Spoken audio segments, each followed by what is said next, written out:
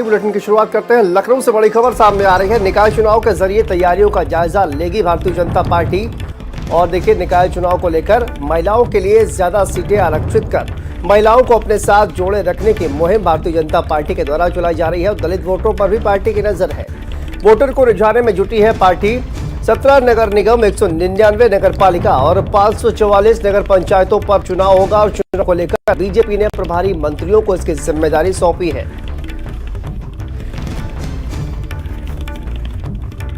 तो निकाय चुनाव को लेकर पूरी तरह से भारतीय जनता पार्टी तैयार है।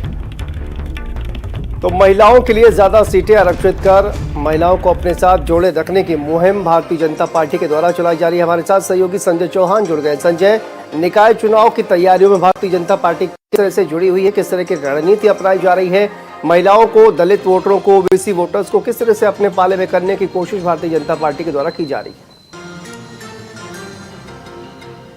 बीजेपी लगातार निकाय चुनाव की तैयारियां कर रही थी और निकाय चुनाव की घोषणा के साथ ही जब कहीं न कहीं आरक्षण का मुद्दा फंसा था, उसके पहले ही उन्होंने चयन प्रक्रिया भी शुरू कर ली थी। लेकिन आरक्षण प्रक्रिया में कोर्ट में विवाद पहुंचने के बाद मामला थोड़ा शिथिल पड़ा था। लेकिन उसके बाद फिर से पूरे मामले पर तेजी बरती जा रही है। और यही वजह है कि चाहे दलित वोटर हो, उस पर पूरी तरीके से फोकस रखा गया है। महिलाओं की भागीदारी किस तरीके से पार्टी में बढ़े, उनको आरक्षण किस तरीके से मिल सके। और यही वजह है कि 38% तक का जो आरक्षण देने का प्रयास वो महिलाओं के लिए किया जा रहा है, उसमें सर्व समाज की महिलाओं की भागीदारी है। और साथ ही साथ आपको बात करें कि निकाय चुनाव को देखते हुए चाहे संयोजक हो या प्रभारी मंत्री, उनकी भी नियुक्ति पहले कर दी गई थी। हालांकि कुछ प्रभारी मंत्रियों के जिले से हटाया जाएगा, उनकी जगह दूसरों को लगाया जाएगा। क्योंकि आरक्षण की कोर्ट के बाद जिस तरीके से ट्रिपल लेयर की सर्वे के बाद जो रिपोर्ट आई है, उसके तहत जो निकाय चुनाव की अधिसूचना आरक्षण की जारी की गई है, उसके तहत अब मंत्रियों की जो सूची है उसमें बदलाव होना तय है। क्योंकि जिस तरीके से जातिगत समीकरण बदले हैं सीटों पर, अब उस हिसाब से मंत्रियों की ड्यूटी लगाई जाएगी। तो बीजेपी पूरी तरीके से इसे सेमीफाइनल मान करके चल रही है निकाय चुनाव को, क्योंकि 24 की तैयारियों पर पूरी तरीके से निशाना बीजेपी का है। और इसे ट्रायल के तौर पर देख रही है कि जो प्रैक्टिकल एग्जाम्पल सेट कर रही है वो 24 के चुनाव के लिए, वो निकाय चुनाव में कितना सफल होते हैं, वो प्रैक्टिकल कितना सफल होगा, और उसी पर आधार पर वो 24 की तैयारियां करेंगे। तो अपने आप में महत्वपूर्ण निकाय चुनाव के परिणाम होंगे। और बीजेपी 17 के 17 जो चेयरमैन की सीटें हैं उन पर फोकस कर रही है। साथ ही साथ 750 से ज्यादा निकाय की सीटें हैं, पूरी मजबूती के साथ उन्हें लड़ने का प्रयास है। और यही वजह है कि जो उनकी तैयारियां हैं वो तेजी से चल रही है।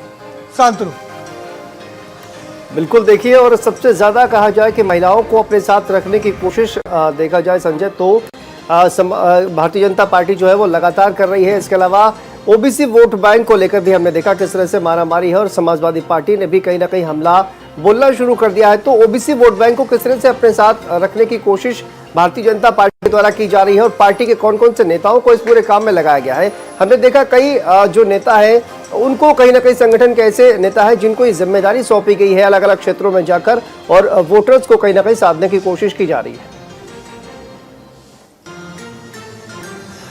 तमाम योजनाएं हैं। सबसे पहले ये तो जिस तरीके से गरीब लोगों को योजनाएं चलाई जा रही है, राशन की तमाम लाभार्थी, चाहे सिलेंडर की योजना हो या पीएम आवास योजना हो या सीएम आवास योजना हो, तमाम लाभार्थियों के जो योजना के जरिए तमाम लोगों को जो लाभ मिला है, उन लाभार्थियों के घर जाकर के उनके पास वोट बैंक को बढ़ाने का, खास करके पिछड़े समाज का और दलित समाज को किस तरीके से ज्यादा जोड़ा जा सके, उसको लेकर के उन समाज के तमाम मंत्रियों की भी ड्यूटी लगाई गई है। साथ ही साथ संयोजक भी उसी तरीके से बनाए गए हैं जिससे वो पहुंच सके। और इतना ही नहीं, हर बूथ पर भी उन्होंने अपने एक मैनेजमेंट तैयार किया है, जिस पर हर बूथ में जाकर के कार्यकर्ता जिस वर्ग का है और जिस वर्ग की उस वहां पर लोकलिटी ज्यादा है, वहां पर उनको लगाया गया। और पार्टी की तमाम नीतियों को बताया जा रहा है कि आगे आने वाले दिनों में सरकार क्या करने वाली है। डबल इंजन की सरकार, केंद्र और प्रदेश की सरकार मिलकर के क्या और नई चीजें लेके आई है, पिछले समय में क्या क्या उन लोगों ने किया है। और साथ ही साथ युवाओं को रिझाने के लिए भी कहीं सरकार पूरी तरीके से प्रयास कर रही है। और यही वजह है कि पिछले दिनों कैबिनेट की बैठक में जिस तरीके से युवाओं को टैबलेट बांटने का जो कैबिनेट पर मुहर लगी है, तो वो भी कहीं ना कहीं अपने आप में खास है। तो हर वर्ग को साधने का बीजेपी का पूरा प्रयास चल रहा है। शांतनु, ठीक है संजय, आप बने रहिए हमारे साथ और आगे बढ़ते